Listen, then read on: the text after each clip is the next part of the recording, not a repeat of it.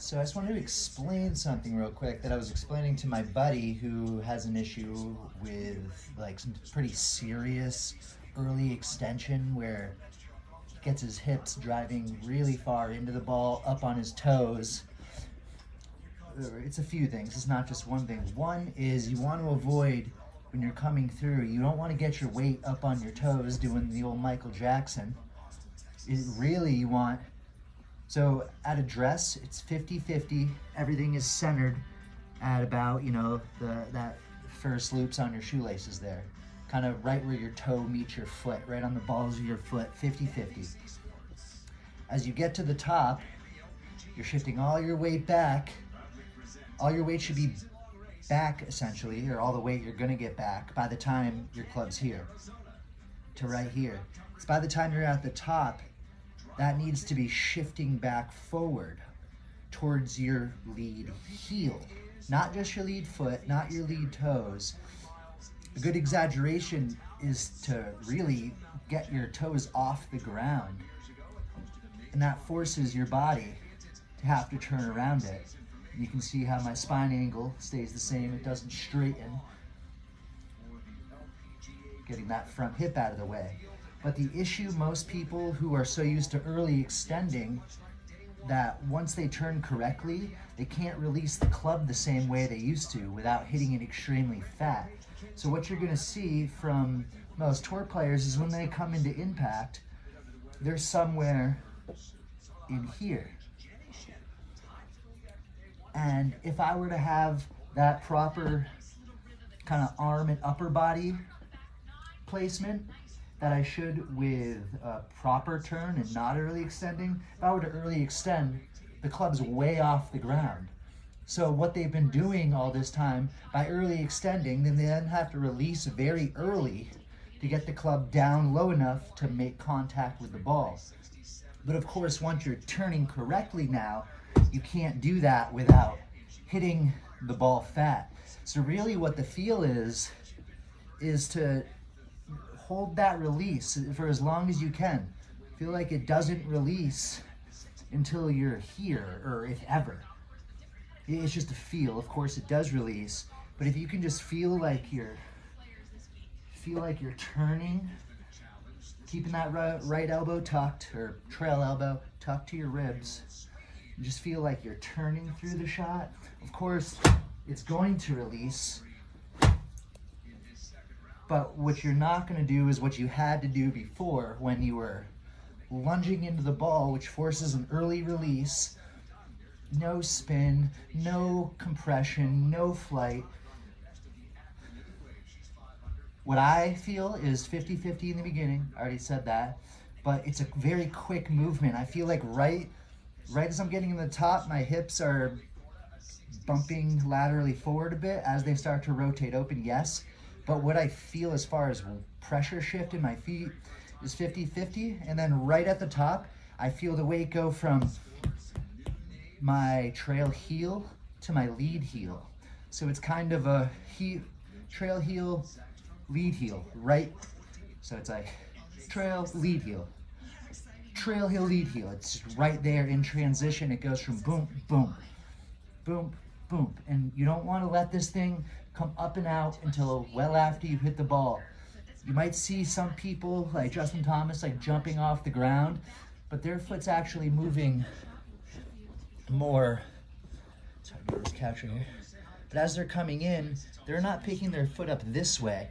It's almost going the opposite in this way when it's coming up, or it's the feel of that. Especially with irons though, I would strongly suggest kind of just letting it maybe roll to the inside a little bit, but not picking it up and out. That's a huge mistake. I see people coming into the ball like this, like with their up on their toe, and that's just terrible. I think it was Tom Watson felt like his right knee never got outside of his left knee. So it kind of, stayed inside his left knee. It was just a feeling. Of course, it did after impact. So just to recap, to maintain that spine angle, as you're getting to the top, you're bumping forward laterally. As your hips are starting to rotate, you get all your weight onto that lead heel.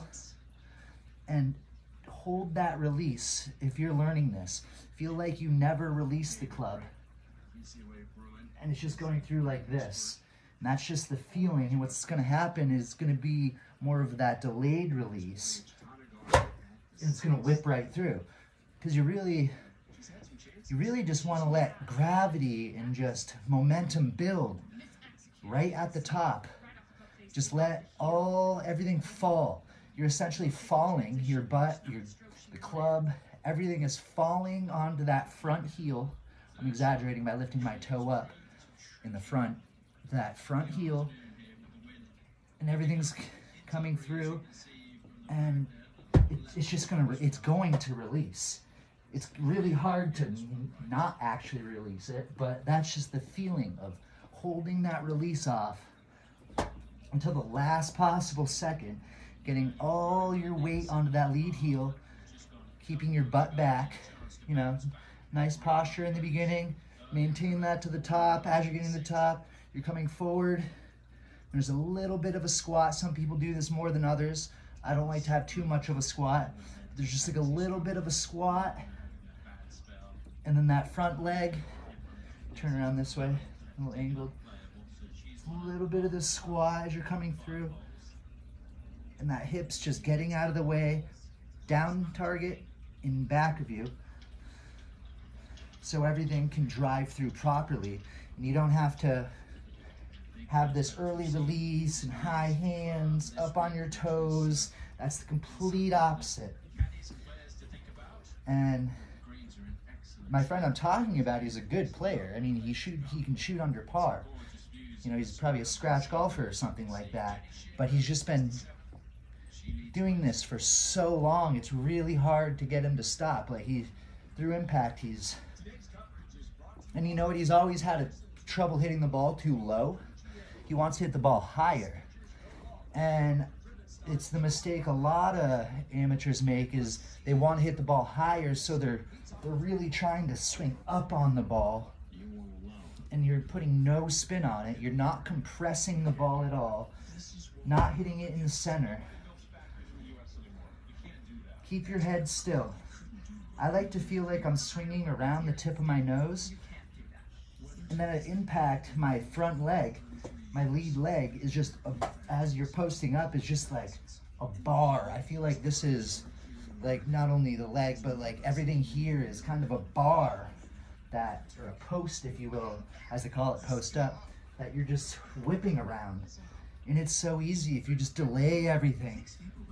Get that hip out of the way, and it just whips right through. You can't help it. It's going to be really hard to actually swing and hold it off, but just that feeling of like this. You're not going to actually do this. What's going to happen is you're going to not release early, clear everything out of the way, and it whips through. And I'm only a little over 150 pounds and can carry the ball 300 yards. So it's